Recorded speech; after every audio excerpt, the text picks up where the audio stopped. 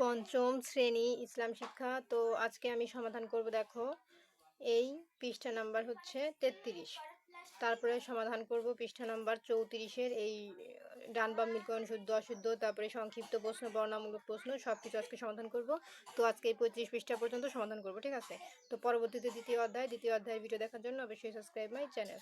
তো চলো আমরা ভিডিওটি শুরু করি। আর আগের ভিডিওতে কিন্তু আমি এই 31 পৃষ্ঠা পর্যন্ত সমাধান দেখিয়েছি, তোমরা দেখে নাও। তো চলো আমরা এখান থেকে শুরু করি। প্রথমে আছে টিক চিহ্ন এবং পরে চ্যানেলটি সাবস্ক্রাইব করে দিতে, কারণ চ্যানেলটি সাবস্ক্রাইব করলে কিন্তু আমি ভিডিও আপলোড করলে অটোমেটিক তোমাদের ফোনে ভিডিওগুলো পৌঁছে যাবে। তো দেখো, এখানে আমাদের কি লেখা আছে। ক নাম্বার আছে সৃষ্টি জগতের শৃঙ্খলা থেকে আমরা কি বুঝতে পারি। তো এখানে ক নাম্বারে আমাদের সঠিক উত্তর কি হবে? ক নাম্বারে আমাদের সঠিক উত্তর হবে 1, এই 1 নাম্বার। তারপরে খ নাম্বারে আমাদের সঠিক উত্তর কি হবে? 2, এবং গ নাম্বারে আমাদের সঠিক উত্তর হবে 3 নাম্বার। তারপরে ঘ নাম্বারে আমাদের সঠিক উত্তর হবে 1, ঠিক আছে? তো তোমরা দ্রুত বইয়ে টিক চিহ্ন দিয়ে নাও। তারপরে চলে যাবো আমরা উম নাম্বারে। দেখো, উম নাম্বারে আমাদের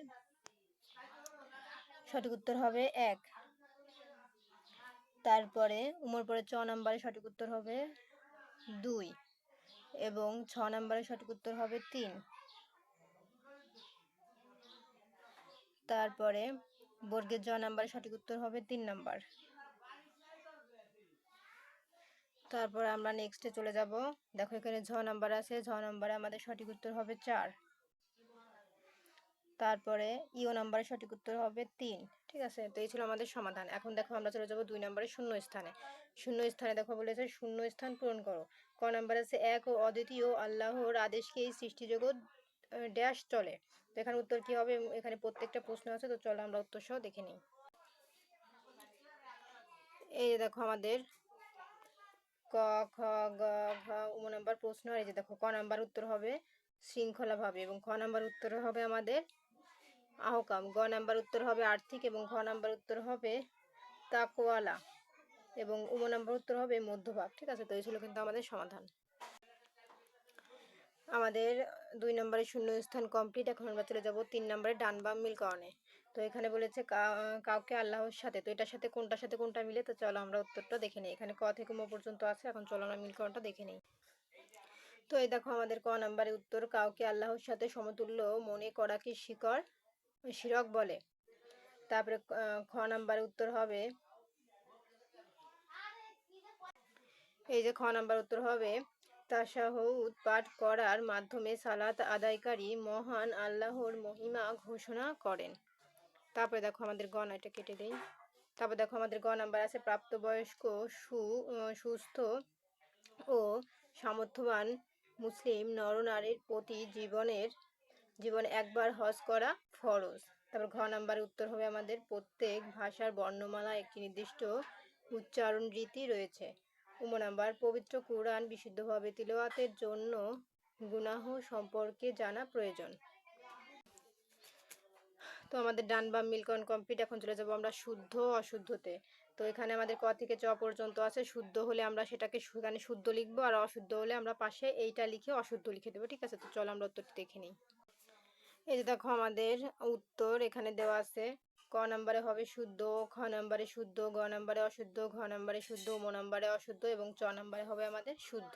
তো এই ছিল সমাধান। তো দেখো, আমাদের শুদ্ধ অশুদ্ধের পরে চলে যাবো আমরা সংক্ষিপ্ত প্রশ্ন। সংক্ষিপ্ত প্রশ্ন আছে আমাদের ক থেকে চ পর্যন্ত আর ছ পর্যন্ত। তো চলো আমরা এই সংক্ষিপ্ত প্রশ্নের উত্তরগুলো দেখে নিই। তো দেখো, আমাদের এই শুদ্ধ অশুদ্ধ এখান থেকে তোমরা স্ক্রিনশট দিয়ে নাও। এটার পরে এখন আমরা সংক্ষিপ্ত প্রশ্নের উত্তর দেখবো। এই যে দেখো, আমাদের সংক্ষিপ্ত প্রশ্ন, আমরা সৃষ্টি জগতের শৃঙ্খলা দেখে মহান আল্লাহ সম্পর্কে কি জানতে পারি? উত্তর, আমরা সৃষ্টি জগতের শৃঙ্খলা দেখে মহান আল্লাহ সম্পর্কে জানতে পারি যে বিশ্বজগতের নিয়ন্ত্রণ একজনই, আর তিনি হলেন মহান আল্লাহ। তিনি সকল কিছু স্রষ্টা, নিয়ন্ত্রক ও পালনকর্তা। তার হুকুম ও নিয়মেই সবকিছু পরিচালিত হয়। তিনি এক ও অদ্বিতীয়। তারপর দেখো, আমাদের 2 নম্বর প্রশ্নে কি বলা আছে। শিরক শিরক বলতে কি বোঝায়?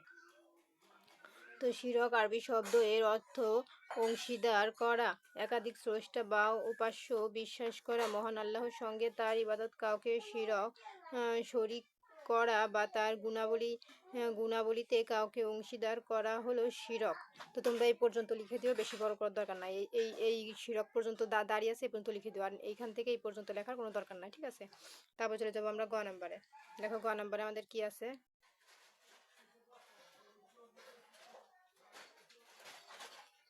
এই দেখো আমাদের গ নাম্বার আছে 5টি ইবাদতের নাম লেখো। উত্তর 5টি ইবাদতের নাম হলো 1 সালাত, 2 সাওম, 3 যাকাত, 4 হজ ও 5 কুরবানি। তারপরে দেখো আমাদের গ নাম্বার প্রশ্নে কি আছে। দেখো গ নাম্বার আছে তাজবিদ কেন শিখতে হয়। উত্তর তাজবিদ শিখতে হয় যাতে পবিত্র কোরআনের হরফগুলো সঠিকভাবে ও সুন্দরভাবে পড়া যায়। তাজবিদের নিয়ম অনুযায়ী কোরআন পড়া আবশ্যক। তো তোমরা বেশি, যেহেতু সংক্ষিপ্ত প্রশ্ন, বেশি বড় করার দরকার নাই, এই আবশ্যক পর্যন্ত লিখে দিও। আর যারা বেশি মেধাবী তারা এই পর্যন্ত লিখে দিও, ঠিক আছে। তারপর দেখো এখানে আমাদের নাম্বার প্রশ্নে কি আছে। হজের 2টি ফরজের নাম লেখো। উত্তর হজের 2টি ফরজের নাম হলো 1 ইহরাম বাঁধা এবং 2 জিলহজ মাসের 9 তারিখে আরাফাত ময়দানের অবস্থান করা। এখন দেখো আমাদের চ নাম্বারে কি লেখা আছে। এই দেখো আমাদের এখানে চ নাম্বার লেখা আছে আরবির 29টি হরফ কয়টি স্থান থেকে উচ্চারিত হয়। উত্তর আরবি 29টি হরফ সর্বমোট 17টি মাখরাজ থেকে উচ্চারিত হয়। 17টি মাখরাজ মুখের 5টি স্থান থেকে উচ্চারিত হয়। 6 নাম্বার কোন স্থান থেকে কফ উচ্চারণ করতে হয়। উত্তর জিহ্বা গলা তার বরাবর উপর তালুর সঙ্গে লাগিয়ে পড়তে হয় কফ। তো এই ছিল কিন্তু আমাদের সংক্ষিপ্ত প্রশ্নের সমাধান। তো দেখো আমাদের কিন্তু এই সংক্ষিপ্ত প্রশ্ন উত্তর কমপ্লিট। এখন আমরা চলে যাবো 6 নম্বরে বর্ণনামূলক প্রশ্নে। তো বর্ণনামূলক প্রশ্ন আছে আমাদের ক থেকে বর্গের ঝ পর্যন্ত। তো দেখো ক নাম্বার আছে একই নিয়মে চলে এরূপ 5টি সৃষ্টির সম্পর্কে বর্ণনা করো। তো চলো আমরা উত্তরটি দেখে নিই, যেহেতু বর্ণনামূলক প্রশ্ন একটু বড় করে লিখতে হয়। তো এই যে দেখো আমাদের উত্তর, এই যে প্রশ্নটা ছিল এই যে, আর উত্তর হবে মহান আল্লাহ সৃষ্টি জগতে সবকিছু নিয়ম একই নিয়মে চলে। নিচের এই নিয়মে তো তোমরা এই বর্ণনা করা হলো, এইটুকু দেখার দরকার না, তোমরা মূল কথাগুলো লিখে দেবা। এই যে 5টি নিয়মের কথা বলেছে, এখানে 3টি আছে আর 2টো এই সাইডে আছে, আমি দেখাচ্ছি। তো দেখো লিখবা সূর্য প্রতিদিন পূর্ব দিকে সূর্য ওঠে এবং পশ্চিমে অস্ত যায়। 2 দিন ও রাত নিয়মিতভাবে একটির পর একটি আসে, যেমন দিনের পর রাত এবং রাতের পর দিন আসে। ঋতু 3 নাম্বার লিখবা ঋতুর ক্ষেত্রে গ্রীষ্মের পর আসে বর্ষা, তারপর আসে হেমন্ত, শরৎ, শীত ও বসন্ত। এখন আমরা 4 নাম্বার দেখব। এই যে দেখো আমাদের 4 নাম্বারে তোমরা লিখবা 4 নির্দিষ্ট কক্ষপথে পরিচালিত হয়। তারপরে 5-এ লিখবা তারকাজি রাতের আকাশে দেখা যায় তারকারাজি যা অন্তত সুশৃঙ্খলভাবে পরিচালিত হচ্ছে। এখন দেখো আমরা লিখব খ নাম্বার প্রশ্ন। দেখো খ নাম্বার প্রশ্নে আমাদের কি লেখা আছে, একত্ববাদের ব্যাখ্যা দাও। তো একত্ববাদের ব্যাখ্যা আমরা লিখব, যেহেতু বড় করে দেওয়া আছে আমরা সংক্ষিপ্ত করে লিখবো, কারণ এত বড় করে আমাদের লেখার কোনো প্রয়োজন নাই। দেখো একত্ববাদের ব্যাখ্যা আমরা লিখবো একত্ববাদ মানে হলো মহান আল্লাহ এক ও অদ্বিতীয় ও মহান আল্লাহ নিজ সত্তা গুণাবলী ও কর্মে এক ও অদ্বিতীয় একই বিশ্বাসকে তাওহীদ বলে। তাওহীদ আরবি শব্দ, এর অর্থ একত্ববাদ। তাওহীদ ইমানের মূল ভিত্তি। এর তাৎপর্য হলো এরূপ বিশ্বাস করা যে মহান আল্লাহ একমাত্র উপাস্য। তো তোমরা এই উপাস্য পর্যন্ত লিখে দিবা, যেহেতু এখানে দাঁড়িয়ে আছে এই পর্যন্ত লিখে দিও, তোমাদের এত বড় করার প্রয়োজন নাই, কারণ এত বড় করে তোমরা মাত্র 5ম শ্রেণীতে পড়ো, এত বড় করে লিখতে পারবে না। যদি কেউ আরেকটু বড় করে লিখতে চাও, সে হচ্ছে এই যে নাই পর্যন্ত লিখে দিও, ঠিক আছে। এই নাই পর্যন্ত লিখে দিলেই এনাফ, আর কিন্তু বড় করার দরকার নাই। তো তোমাদের খ নাম্বার উত্তর কমপ্লিট। এখন আমরা চলে যাব গ নাম্বারে। দেখো গ নাম্বারে আমাদের লেখা আছে সাওমের তাৎপর্য বর্ণনা করো। আমি এটাকেও ছোট করে দেবো, এত বড় লেখার দরকার নাই। তোমরা লিখবা সাওম শব্দের অর্থ বিরত থাকা। সুবহে সাদিক থেকে সূর্যাস্ত পর্যন্ত পানাহার ও রোজা ভঙ্গ হয় এমন সকল কাজ থেকে বিরত থাকাই সাওম বা রোজা। পবিত্র রমজান মাসে রোজা পালন করা ফরজ। সাওম পালনের মাধ্যমে মানুষ তাকওয়া অর্জন করে। সাওম পালনের মাধ্যমে পাপাচার ও লোভ লালসা থেকে সহজে বিরত থাকা যায়। তো তোমরা এই যায় পর্যন্ত লিখে দিয়ে আর কোনো একটু বড় করার প্রয়োজন নেই, এতটুকু লিখলেই কিন্তু এনাফ। আর যারা বড় করে লিখতে চাও তারা লিখতে পারো, যাদের মেধা আছে। তারপর দেখো ঘ নাম্বারে আমাদের এখানে প্রশ্ন বলেছে জাকাতের গুরুত্ব সম্পর্কে একটি অনুচ্ছেদ লিখো। তো আমরা এটাকেও আমি ছোট করে দিব, আর যারা বড় করে লিখতে চাও তারা বড় করে লিখে দিবা। তো দেখো এখানে আমাদের উত্তর আমরা লিখবো ইসলামের 5টি স্তম্ভের মধ্যে জাকাত অন্যতম। জাকাত আদায় করা ইসলামের একটি গুরুত্বপূর্ণ ইবাদত। এর মাধ্যমে মহান আল্লাহ সন্তুষ্টি অর্জিত হয় আত্মার পরিশুদ্ধি লাভ হয়, সমাজে সম্পদের সুষ্ঠু বন্টন নিশ্চিত হয়, দারিদ্র্য বিমোচন হয়, অর্থনৈতিক স্থিতিশীলতা প্রতিষ্ঠিত হয়। জাকাত শব্দের অর্থ বৃদ্ধি পাওয়া। তো তোমরা এই পাওয়া পর্যন্ত লিখে দিবা, আর প্রয়োজন নাই এত বড় করে লেখার। তো ঘয়ের পরে আমরা চলে যাব। দেখো কত বড় কিন্তু লেখা ছিল, আমাদের এত বড় লেখার কোনো প্রয়োজন, দেখো আরো এতখানি আছে, তো আমরা এতখানি লিখবো না, আমরা চলে যাব উমো নাম্বারে। এটাকে উমো নাম্বারটাও অনেক বড় করে লেখা, আমি ছোট করে দেবো। দেখো এখানে আছে হজ সম্পর্কে আলোচনা করো, তো আমরা এটাকেও ছোট করে দেবো। তোমরা লিখবা হজ শব্দের আবিধানিক অর্থ সংকল্প করা ও ইচ্ছা করা, আল্লাহ সন্তুষ্টি লাভের উদ্দেশ্যে জিহলজ মাসে নির্ধারিত করা। তারপরে দেখো এখানে আছে আল্লাহর সন্তুষ্টি লাভের উদ্দেশ্য, আবার আমি সেই এক লাইন পড়তেছি। দিন সমূহে নির্ধারিত পদ্ধতি বাইতুল্লাহ ও আল্লাহর ঘর ও সংশ্লিষ্ট স্থানসমূহ জিয়ারত করাকে হজ বলে। ইসলামের 5টি স্তম্ভের একটি হলো হজ। হজ একটি গুরুত্বপূর্ণ ফরজ ইবাদত। প্রত্যেক সুস্থ প্রাপ্তবয়স্ক বুদ্ধিমান ও সামর্থ্যবান মুসলিম নরনারীর ওপর জীবনে একবার হজ করা ফরজ। তো তোমরা এই ফরজ পর্যন্ত লিখে দিবা, আর এক লাইনও বেশি লিখবা না, ঠিক আছে? এখানে বড় করে দেওয়া আছে উত্তরে, কিন্তু তোমরা এতটুকুই লিখে দিবা। তারপরে উমর পরে আমরা চলে যাব চ নাম্বারে। তো দেখো চ নাম্বারে আছে বাস্তব জীবনে কুরবানি ত্যাগের শিক্ষা সম্পর্কে একটি অনুচ্ছেদ লেখো। তো উত্তর হবে এটাকেও আমি ছোট করে দেবো। ইসলামের কুরবানি একটি গুরুত্বপূর্ণ ইবাদত। আরবি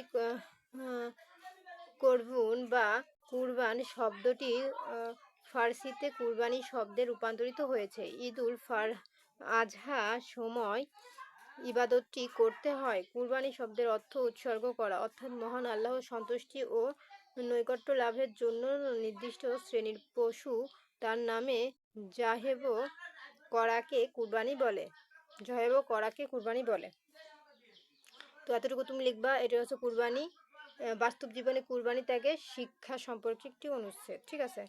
তো তোমরা এখান থেকে আরেকটু লিখে দিবা যে বাস্তব জীবনের, এই যে এখান থেকে লিখবা বাস্তব জীবনে কুরবানি ত্যাগের শিক্ষা। তোমরা এই 1 নাম্বার পর্যন্ত লিখে দিবা, এই উচিত পর্যন্ত লিখে দিবা, আর একটুও লাইন লিখবে না, ঠিক আছে? এতটুকু লিখলেই কিন্তু এনাফ। তারপর চলে যাবো আমরা, দেখো কত বই লেখা, ঠিক আছে? এত লেখা দরকার না। এখন চ নাম্বারের পরে আমরা চলে যাবো পরবর্তী পৃষ্ঠায়।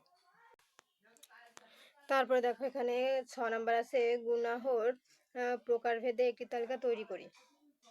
এই যে আমরা তো লিখবো গুনাহ 3 প্রকার, যথা 1 ওয়াজিব গুনাহ, 2 মিম সাকিন গুনাহ ও 3 নুন সাকিন গুনাহ বা তানবিন গুনাহ। তো আমাদের যেহেতু 3 প্রকার, আমরা এই 3 প্রকার লিখে দেবো। এই যে 1 প্রকার, 2 প্রকার, এই যে 1 প্রকার, 2 প্রকার এবং 3 প্রকার, ঠিক আছে? তোমরা এতটুকু লিখে দিও, এটা বেশি বড় নাই, ছোট আছে, এতটুকু লিখে দিবা। তাই আমি আর ছোট করে দেখালাম না। এখন আমরা বর্গের জ নাম্বার আছে কুরবানি ত্যাগের মহিমার উদ্ধৃত হয়ে তোমার করণীয় সম্পর্কে লিখবে। তো এটাও ছোট আছে, তাই আমি আর এটাকে বেশি ছোট করে দেখাবো না। তো এটা যা আছে তোমরা কিন্তু সেই পর্যন্তই লিখে দিবা, ঠিক আছে? তো এই ছিল আমার, তোমরা স্ক্রিনশট দিয়ে লিখে নাও, আমি আর এটা পড়বো না। তো এই ছিল আমাদের বর্গের ঝ পর্যন্ত উত্তর। তো এই ছিল আমাদের 6 নম্বরের বর্গের ঝ পর্যন্ত উত্তর। তো আজকের মতন এই পর্যন্তই। পরবর্তীতে এই দ্বিতীয় অধ্যায়ের ভিডিও দেখার জন্য অবশ্যই সাবস্ক্রাইব মাই চ্যানেল।